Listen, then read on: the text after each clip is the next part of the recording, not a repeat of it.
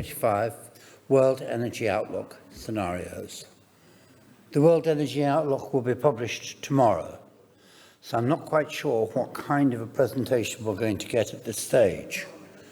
But I think one of the key points is that the energy world as we know it has changed radically since an assumption that an energy transition could be fairly predictable has been turned upside down by the wars in Ukraine, the Middle East, and the second Trump presidency.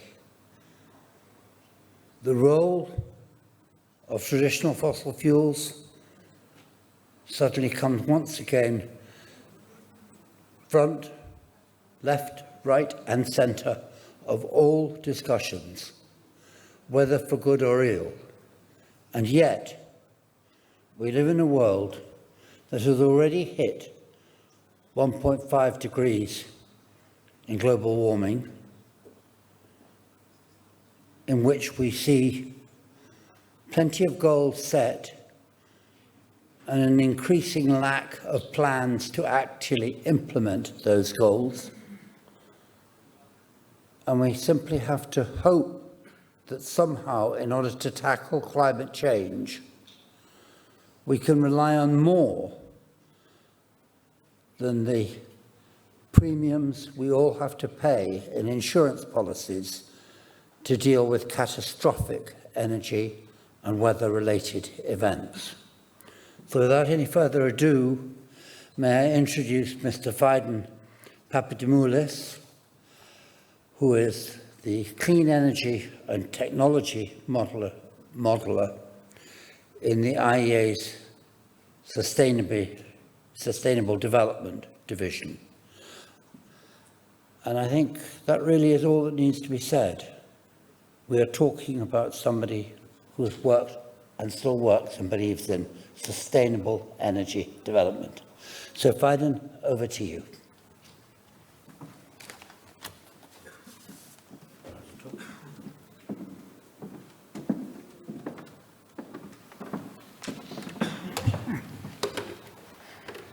Thank you for the introduction and the very kind words. To begin with, I'd like to say hello to everyone and, of course, thank IEA and its chairman, Mr. Stambolis, for the invite to the always very welcoming Energy and Development Conference. I don't know if it's possible to get the presentation up in the screen, or is it already? So I can start until the presentation file is ready. So as correctly mentioned, this year's World Energy Outlook is launched tomorrow. So since it becomes publicly available tomorrow, my presentation today is going to be a bit of unorthodox. So I'm not going to focus on the results per se, on the outcomes and the various scenarios, but I'm going to focus on the formulation of these scenarios, or more specifically, on the analytical basis and data and insights that go into these scenarios. As these, of course, have been developed over the past year and have been published in numerous publications that concern each specific area that I'm going to present. More specifically, I'm going to do a presentation of the key points of certain rapidly evolving areas of the energy system that are very critical for shaping the systems of the future. And more specifically, the EV markets, the low emissions hydrogen production, the carbon capture, utilization and storage, the renewables deployment, of course, the clean energy technologies manufacturing, and finally, innovation in the energy sector. To begin, though, I would like to make a brief mention to the scenarios featured in this year's World Energy Outlook, and as these are modeled in the Global Energy and Climate Model, which is the main model for the long-term scenarios of the IEA.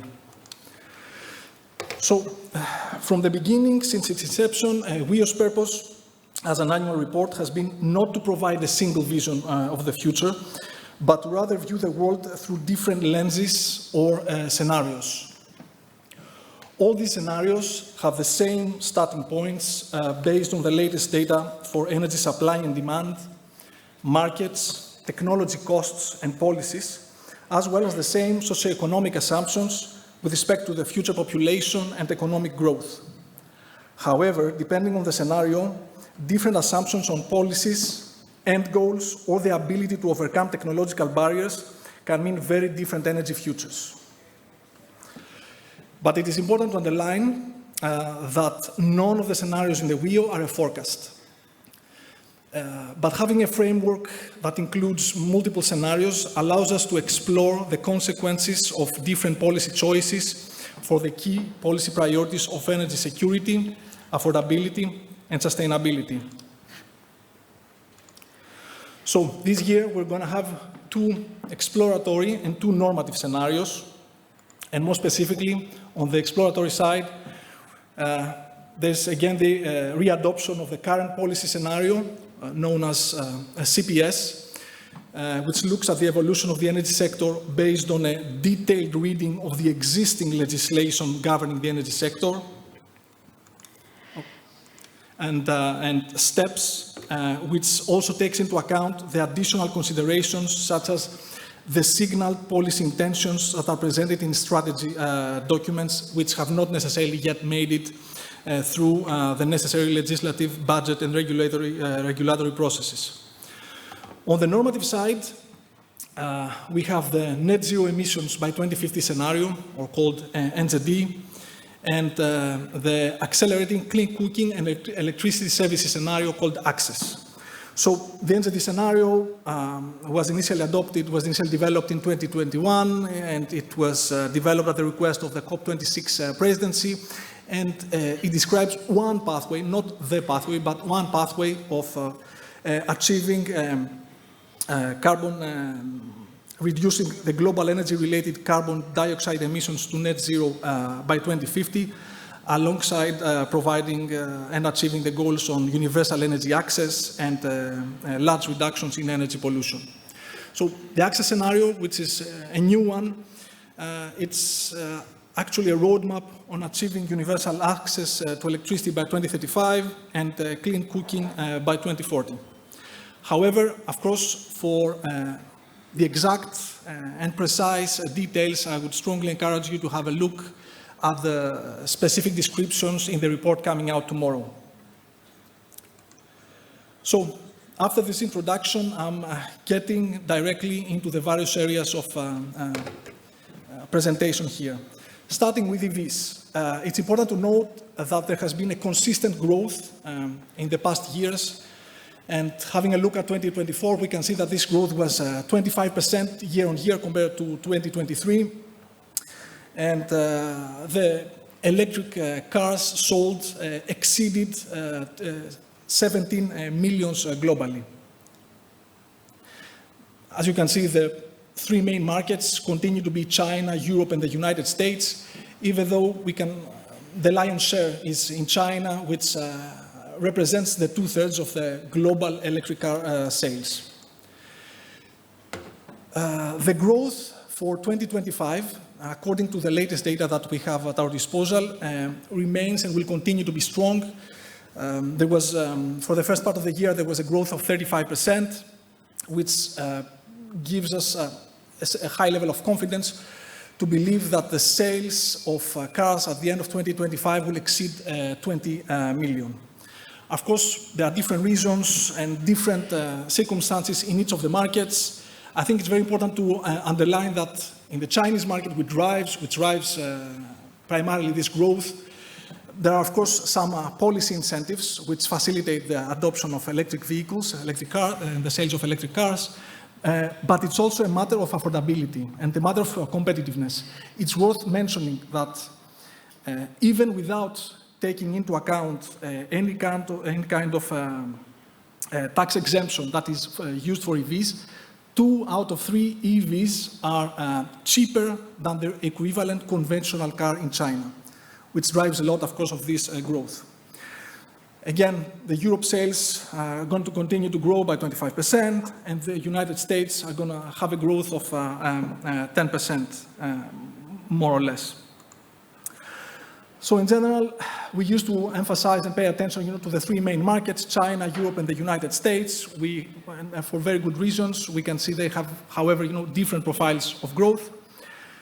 But it's worth mentioning that it's not only these markets, but also the emerging and developing economies like those in Southeast Asia, like Vietnam, Thailand, or Indonesia, present a very strong growth in electric car sales. But even Brazil, which is the largest market of Latin America and also a strong proponent of and supporter of bioethanol, even there we can observe a strong uptake of electric car sales lately. With respect to our estimation of the future and according to the trends and the reading of the current set of policies, we anticipate the global share of electric car sales to reach 40%, to exceed actually 40% of total car sales in 2030. Of course, with different levels between countries. China continues leading the way. We anticipate that more than 80% of the cars sold will be electric. Europe will continue having a strong growth, despite, of course, the ongoing policy debate. For the United States, we have a bit more reserved. However, given the policy circumstances and the policy environment, we have a bit more reserved outlook. Passing now to the low emissions hydrogen. So it is important to mention that the hydrogen sector has gained a lot of momentum in the decade of 2020s. And of course, this momentum is supported by the optimistic and bullish, let's say, the ambitious government commitments, and also the vigorous response on behalf of the private sector, which announced a lot of projects for low emissions hydrogen production to go forward. However, we need to acknowledge that recently negative news are emerging, of course, are making headlines which concern either project delays, cancellation, or downward revisions of these commitments. However, despite these challenges that are faced by the low emissions hydrogen sector, it needs to be acknowledged that this slower development doesn't mean that there is a stagnation, but there is a constant, a very consistent, a constant progress. So, just to let the numbers talk. Back in 2021, we just had only a handful of small projects in operation for the production of low emissions hydrogen. Now in 2025, and only the operational projects are 60% higher at 1 million tons per annum. And if we take into account the projects which have a final investment decision, an FID, or are even under construction, it is anticipated that the low emissions hydrogen production will exceed the 4 million tons per annum.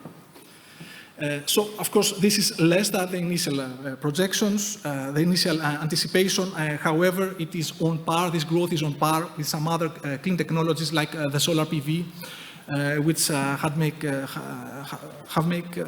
a good breakthrough in the past few years. But this doesn't concern only the number of the projects and the total, the sum of them. It concerns also the size of the projects, which have gone from 30 megawatts in 2021 to 500 megawatts being operational in 2025, and the under construction project of NEOM in the green hydrogen project in Saudi Arabia will be over 2 gigawatts. The hydrogen technologies are also progressing not only on the supply side, but also on the demand side, and they are passing from small prototypes to demos and commercially available technologies. Worth, of course, mentioning and showing the steel making and ammonia for shipping, just because these will be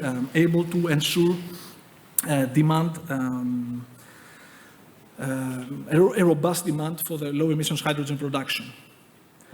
Of course, we have signs of consolidation in the hydrogen industry. So we have been tracking consistently how the projects of hydrogen, the announcement of projects for hydrogen, and how many of them will be up and running by 2030. As you can see, there was a consistent growth throughout the years of these announcements. But in 2025, we've seen, of course, this kind of cancellation and delays which can be represented in this bar. However, when taking a closer look to the stages of the development, we see that the projects which have taken the hit are usually the ones which are at early stage of development and possibly based on a bit more ambitious numbers on the books with respect to their viability. Regarding, of course, the challenges that are faced by the projects, their main reported reasons are the various regulatory barriers, economic challenges, technical and supply chain challenges, as well as the low demand, the lack of offtake.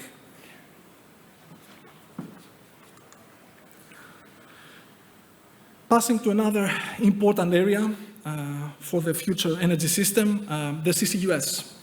So as IEA, we're keeping an eye on the development of the CCUS projects around the world, and in March every year we publish a database with the CCUS projects, with the various large-scale announcements across the CCUS value chain. So we can see a similar picture to hydrogen, either a stagnation or deceleration. But again, we're looking into the specifics. We see that the projects which become operational, are under construction or advanced, are increasing year by year in capture as well as in storage of CO2 emissions. Another important point is that the project pipeline also shows important diversification from the historical applications and towards sectors which are central to the clean energy transitions. So these sectors are, to begin with, the hard-to-abate industry, and more specifically, more particularly, cement, given the process emissions of the actual industrial process. The carbon dioxide removal, either in the form of biogenic capture or direct capture, to balance any residual emissions and address historical emissions. Capture CCUS for fossil power, particularly any kind of existing coal fleet in emerging and developing economies. And finally, of course, the low emissions hydrogen production. Currently, we can see that 2/3 of the pipeline of projects, of the projects operating are in natural gas processing, but we see that this decreases. And even if we take only the projects which are already operating or under construction, the share of this is decreasing to around half. We see also a diversification in the picture with respect to geography and the parts of the world that are expected to have operating and under construction capacity of CCUS. And this becoming less North American-centric, and other regions like Europe, China, of course, Middle East, and other regions taking also a part of the share. Passing to renewables, of course, a very important, one of the most important pillars of the energy systems of the present and also of tomorrow. We can see that historically the growth of renewable technologies have been a bit more balanced.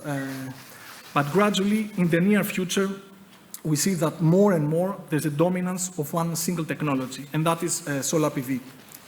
So in total, in the next years and up to 2030, we anticipate roughly that 4,600 gigawatts of renewables will become operational, and over 3/4 of this capacity will be with solar PV. So there are many reasons. One reason is, of course, the faster permitting, and which can be even half compared to other technologies in terms of times for permitting. And of course, the quicker installations, it's much faster than other techs. However, if I were to say the most important reason, this is related to the costs.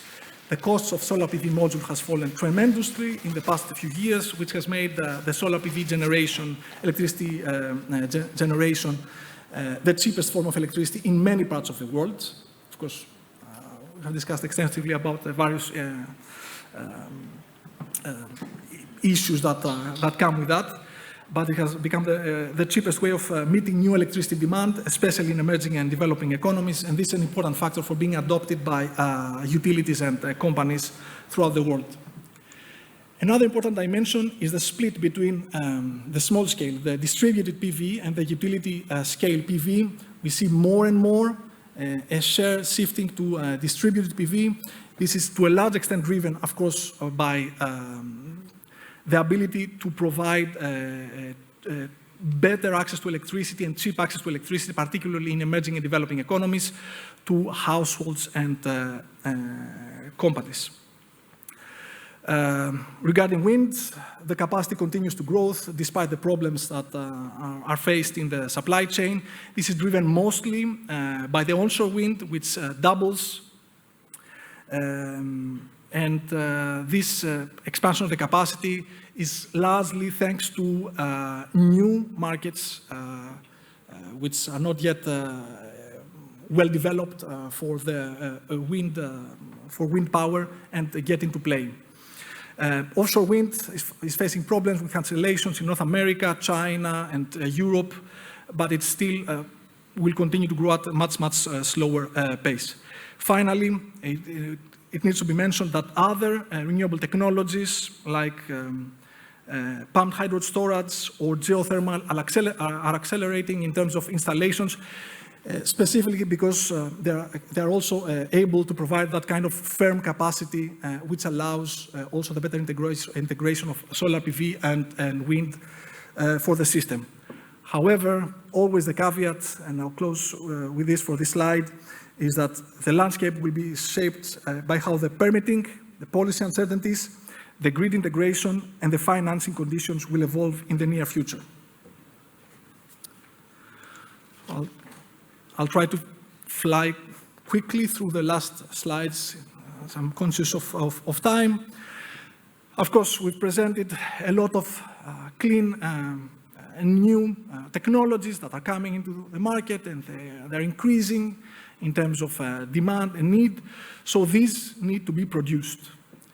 And we can see that the technologies that we are monitoring as IEA on our side, and these are 6 technologies: the electric cars, the batteries, the solar PV, wind, electrolyzers, and heat pumps, and they're all mass manufactured and tradable technologies.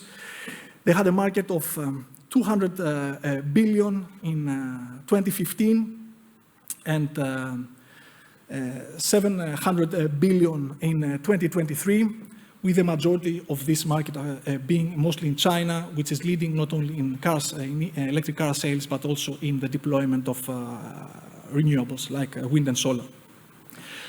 We expect this to increase even further. Of course, take please the numbers with a pinch of salt, just because they are going to be revised. These are the latest that have been published, but they're going to be revised from tomorrow and in the coming couple of months in other publications. But it is expected roughly to this reach and exceed 2 trillion in 2035, which, just to give a comparison, is close to the average value of the global oil markets in recent years. Of course, where there is demand, there is also supply and the willingness to invest. So there's a recent wave of investments which has been truly impressive. So starting for solar PV and its components, we have counted over 700 factories globally, mostly located, as you can see, in China primarily, and then to a second extent, let's say secondarily, to Southeast Asia and India. 500 factories for wind and its component, again, even though with, again, mostly in China, but with a slightly more diversified profile. And for batteries and electric cars, we count in total 1,600 factories that produce electric vehicles and battery components. Again, concentrated to a large extent, especially for batteries in China, but also car manufacturing in Europe and North America. Of course, as you can see, there's a large concentration which across all the technologies is overrepresented. There's an overrepresentation of the Chinese manufacturing. And passing to the last part of the presentation, which concerns innovation. Of course, it is important to mention that if one wants to better understand the future, one needs to start from the present and how innovation evolves and what kind of efforts are put. So we can see that traditionally, the main sources of new energy technologies were largely Western countries like Japan, United States, Korea, and Germany. So these four countries were providing the majority of the patents. Until very recently, where in 2021, China exceeded and became the #1 country in terms of energy patents. And more specifically, needs to be mentioned that 95% of these patents are categorized as low emissions energy technologies. In general, more broadly, for the last 20 years, the low emissions energy technologies patents globally are larger than the rest. But it's impressive that 95% of the Chinese are on low emissions technologies.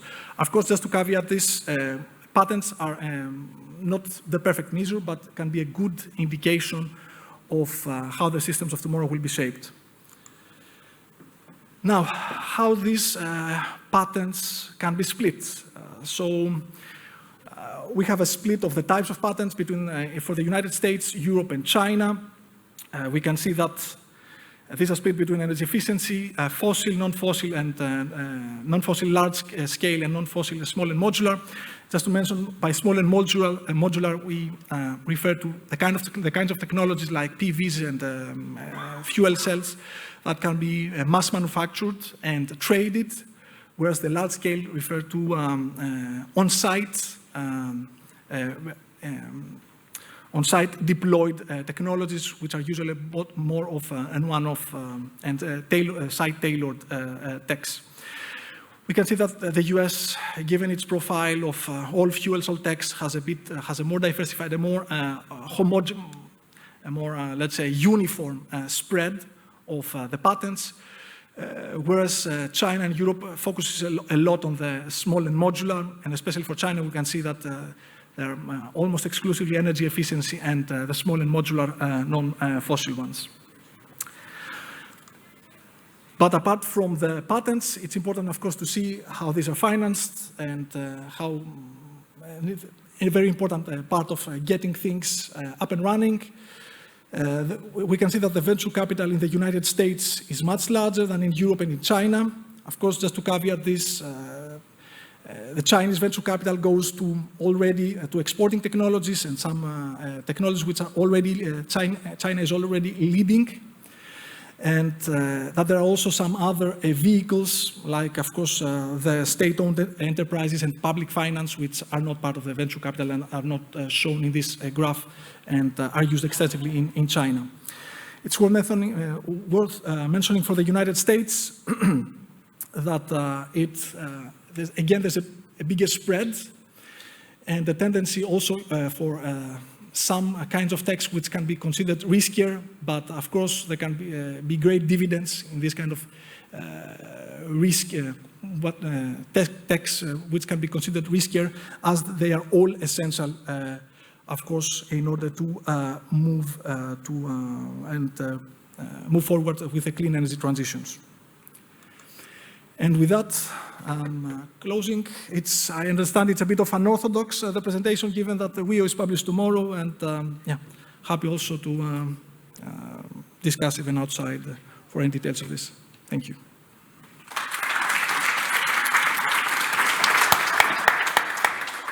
Biden, thank you very much indeed, not least for the demonstration that when we look to China, we traditionally think of looking to China in terms of the goods that they provide. Now we're having to look at the technologies behind those goods and the way in which China is developing them, the whole question of patents, and not least, finance. And notice from your slide, for instance, that when it comes to financing for non-fossil fuel investment, it's almost equal to Europe. It's, it was quite striking, so thank you very much indeed. Our next speaker is Konstantinos Theophylaktos, and the key point here is the fact that he's a specialist in the integration, cogeneration, using both fossil fuels and renewables. And this, of course, is going to be a particular importance in this region. So over to you for the first commentary. Yes. Thank you very much, Mr. Roberts. I think that I'm going to ask two questions just to speed up the, let's say, the discussion between. Excellent. Okay. Now, I would like to ask, if I may, first of all, thank you very much for your thorough presentation. Even though I understand very much the limits that you had, because tomorrow is the official day, you gave us a picture.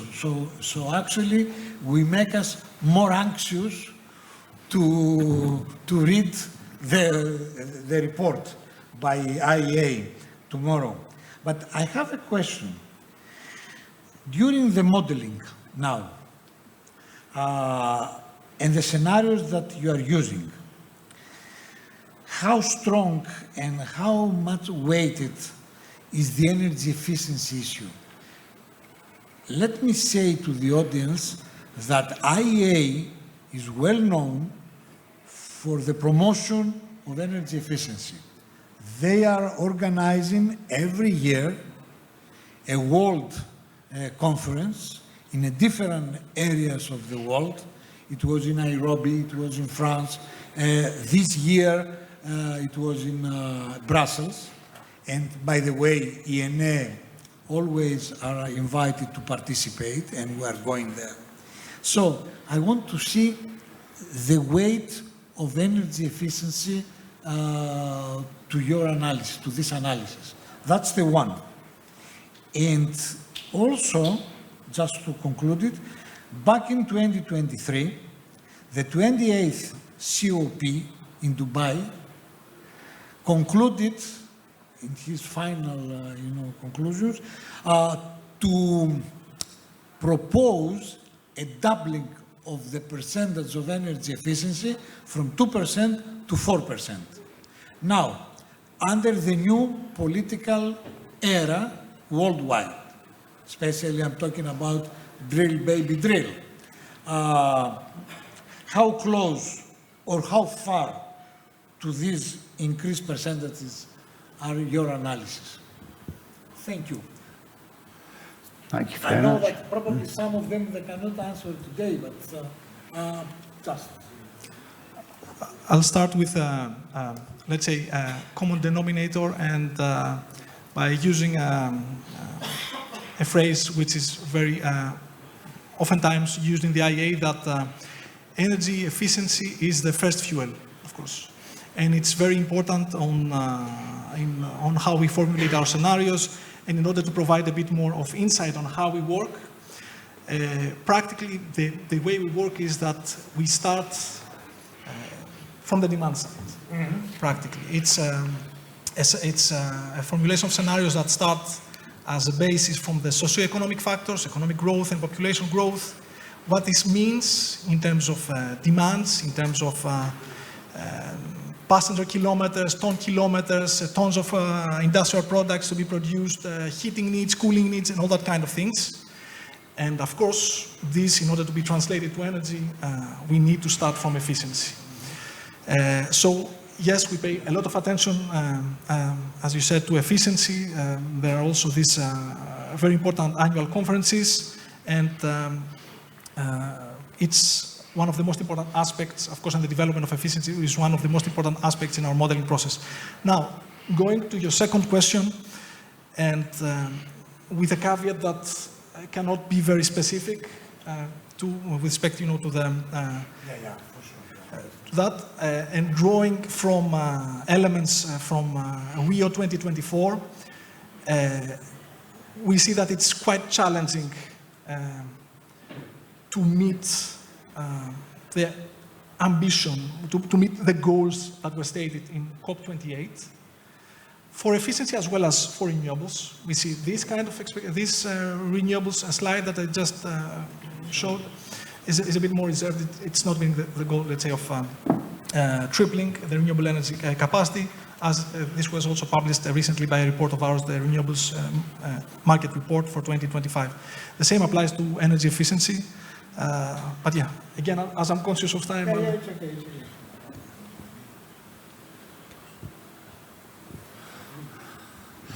Thank you very much indeed, both for succinct questions and for succinct answers. So Charles, I'll pass it straight over to you. I have a few questions, actually. Is it okay? Can you hear me? Yes. Yeah.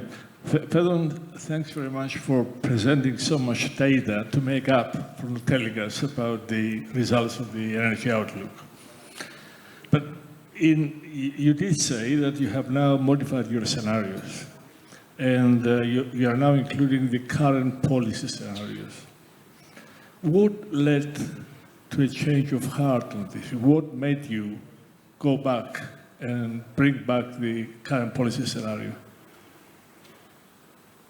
That's the first question. I have a few more questions.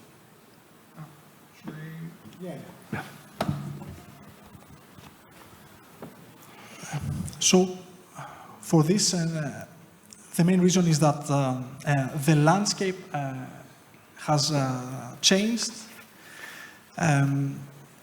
with respect to how the energy policies are penciled in the books, and how these energy policies on a global level by the governments globally are adopted and will keep being promoted.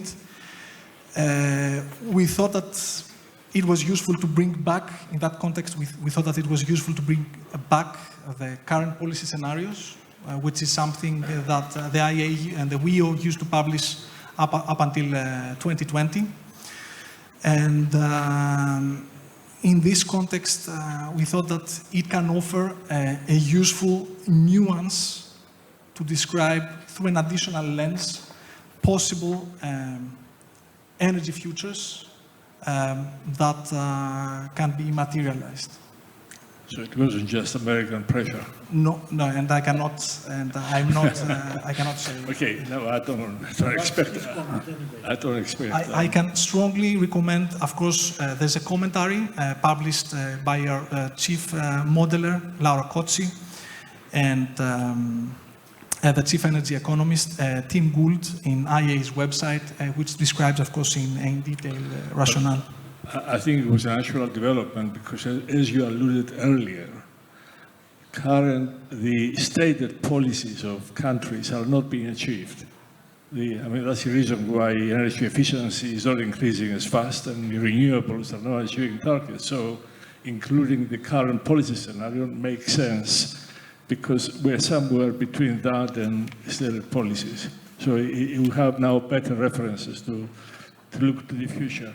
But as a result of years of refusing to include the current policy scenario, the IEA was accused of being an advocate of climate change instead of a neutral presenter of data to enable people to make decisions. Do you think now the new approach will put that to rest and allow the IEA to do the job it's meant to do, which I applaud because all of us rely so much on IEA reports for our work? So IEA is and has always been a data-driven organization. It's something which is very often mentioned by the executive leadership and all the IEA colleagues and IEA presenters. We strive, of course, and we aim to be, we are always trying to be impartial, to be based on the data. Of course, as you saw in parts of the data that were already presented with respect, to projects which have been announced and can go forward, and some of them can go forward. They are at different stages of maturity. There are different factors and caveats which affect the various energy futures, and these are always taken into account, and we try to describe and capture this in the envelope that our scenarios actually are. We can view these scenarios as lenses or as an envelope of the possible energy futures. I have one question to ask you, which is quite simply, you were talking about hydrogen, and you were saying that it faced technological challenges, regulatory challenges, but you also said lack of markets. How much do you think we are really seeing a problem of lack of markets? Because there's also the question of how do you transport the hydrogen in the first place? So, hydrogen, there's a classic chicken and egg problem, one can say, of course. That's why often the public, the governments, and in various forms like offtake agreements or public procurement or other forms of support have stepped in order to promote the low emissions hydrogen production. And with respect to the trading and the transport, which I believe you also asked, we see more and more, of course, an increase of ports that are, and shipping that are able to transport hydrogen either in the form of ammonia or in the form of liquid organic hydrogen carriers. And for that again, and for further details, I would point you to another report that was recently published, the Global Hydrogen Review of 2025, which has also sections dedicated to the transport of hydrogen and the ports and shipping, respective shipping. Thank you. Charles. Going back to hydrogen, you showed that Europe at the moment is achieving only about 25% of what the targets are for 2030. The target, what Europe is achieving so far is not going far enough. Europe had a plan to use hydrogen to replace about 60 BCM of natural gas with hydrogen by then, by 2030. Does that mean that if it is not achieving the targets, now it has to go back to secure more gas for the next decade? Again, the way it works in the IEA is that we get the various mandates and the various, let's say, recommendations and directions, of course, by the governments, given that we're a member-driven organization. We try to stick to the facts and to see what is actually the status of today, what is actually happening, and how things, according to the situation on the ground and the economics and the various announcements, are developing. And then it's a matter of course, the European Commission and the various countries, the various governments that form the European Commission, if needed, to go back to the drawing table and see how to address any kind of gaps and get the feedback from the situation on the ground and readjust any kind of course. This applies to hydrogen, to electric cars, to CCUS, to renewables, to everything. Okay, I mean, with regards to targets, so far, the world is not achieving the targets it set for itself for 2050. And in hydrogen, we're not doing it. In carbon capture and storage, we're not doing it. And COP30 appears to be shifting emphasis to a 2 degrees increase in temperature and sort of abandoning or ignoring the 1.5 degrees idea. Are you doing the same? Are you adjusting your targets, or are you sticking to the same targets as before? Again, without trying to defer to tomorrow's publication, but I'll try to use the solid point of reference, which is the NZD scenario. So we keep for one more year the net zero emissions by 2050 scenario, just because we acknowledge that the pathway is narrowing more and more, but it's still achievable. Of course, last year, the scenario included an overshoot of the emissions, but with negative emissions coming back to 1.5 degrees by 2050. And one can expect something similar. I'd like to thank, because we have to end now, but I'd like to thank Konstantinos Theophlaktos and Dr. Charles Elenas for pertinent, sharp questions. But above all, I'd like to thank Frieden Papadimoulis for making one very key point about the IEA, which is the line, we try to stick to the facts to show what is actually happening. Because what is happening now is happening much faster than we expected. And it's happening in contradictory directions at the same time. So thank you very much for your presentation. It is tough in the time we're given, but my thanks to all of you. Thank you.